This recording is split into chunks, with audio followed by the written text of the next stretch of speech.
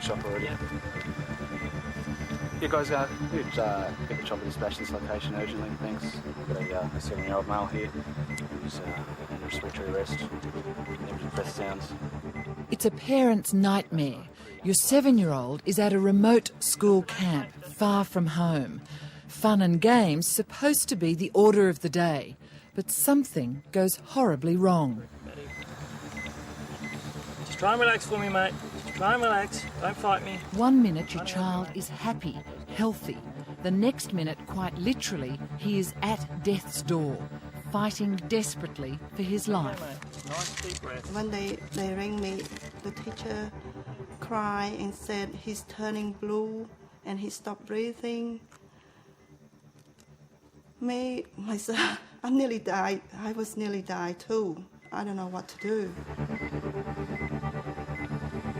He developed shortness of breath, he got very anxious and agitated, and then his airway started to swell around his lips, his throat, and then his blood pressure dropped, and that's when he passed out. Running dangerously low on resuscitation drugs for young William, the ambulance paramedics can no longer cope on their own, and a medical emergency team is called in. He was desperately ill. His heart had slowed down to 40 beats a minute, which is critically low in a small child. Normally we'd expect it to be 150 a minute when in a sick child. In his case, he was about 30 seconds from an unrecoverable cardiac and respiratory arrest, 30 seconds from death. William has mild asthma throughout the day, already weakening his immune system. But the medical team recognises that the severity and speed of this life-threatening assault on his airways is not because of his asthma, but rather is the result of something seemingly benign, something he ate. Around dinner time, somehow, despite the best efforts of everyone looking after him, he'd been exposed to something he was allergic to. And it was immediately obvious when we looked at him that an anaphylaxis had taken place. His airway was swollen, his lips and tongue were swollen, he'd had a lot of difficulty breathing, and together with the collapse, it was quite clear that he'd had an anaphylaxis. And your chance of dying from an anaphylaxis actually increases if you have asthma. William's rapid decline is nothing short of terrifying. In his case, it happened over about 10 minutes, and from exposure to collapse, it can be as little as 5 to 10 minutes. Frighteningly, the drama happening to little William is occurring in many families right around the world. Allergies to food, particularly peanuts, tree nuts, eggs, milk, seafood, can be so strong they cause an anaphylactic reaction, a reaction so severe in some children it shocks any parent who witnesses it. Anaphylaxis is probably one of the scariest things you want to witness.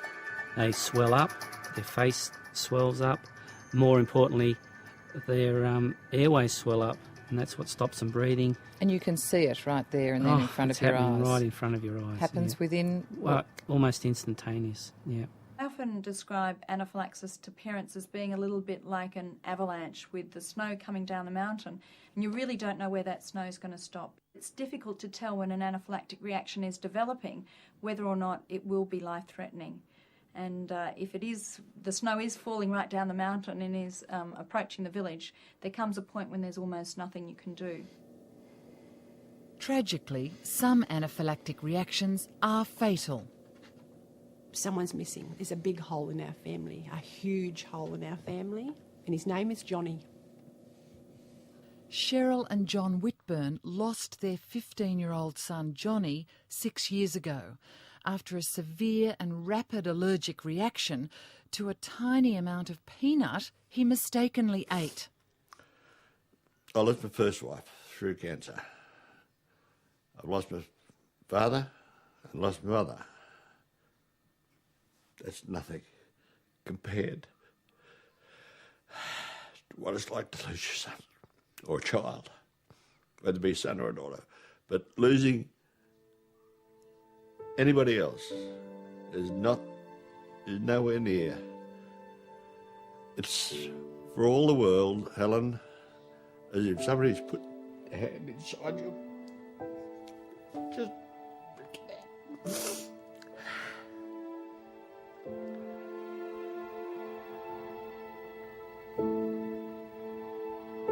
Sandra and Greg Healy's 15-year-old daughter, Corrine, who suffered food allergies all her life, died on the sports field after an anaphylactic reaction to a shaving of peanut she too ate by mistake. She actually went into respiratory failure, but they did actually get her heart going again, but they said that she had been down too long. We didn't know at that time that she had actually passed away there at the ground. We were obviously hopeful that that wasn't the case, yeah.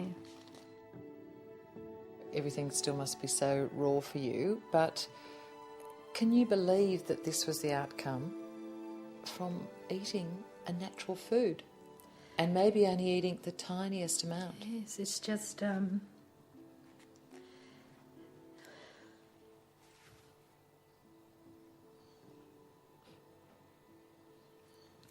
It's just unbelievable. Life is so precious, and to be taken so suddenly. Such stories as these are repeated around the world as health professionals struggle with a rising tide of food allergy deaths. In the US, up to 200 deaths occur each year, while in Europe, nearly 2% of teenagers develop life-threatening food allergies. Although deaths are still rare, it's clear the incidence of severe food allergies is increasing.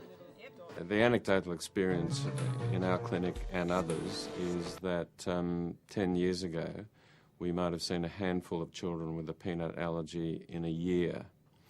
In the last 4 or 5 years we've seen a handful a week. It's suddenly shot up quite remarkably.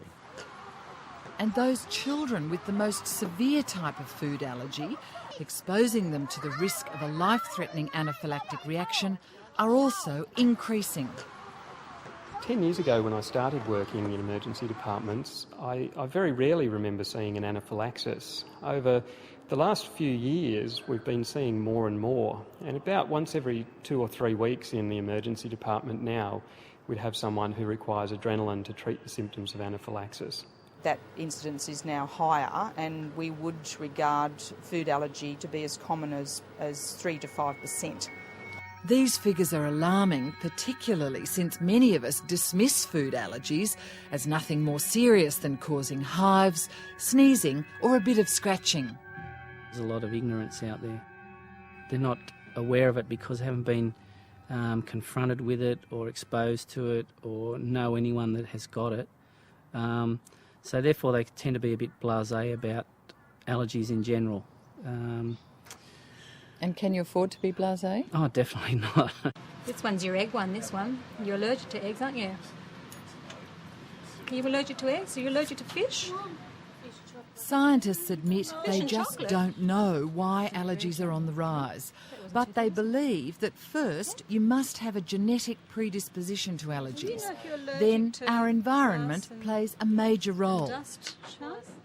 The environmental influences that are operating within our societies are such that they are actually driving the immune systems of young children down the allergic pathway.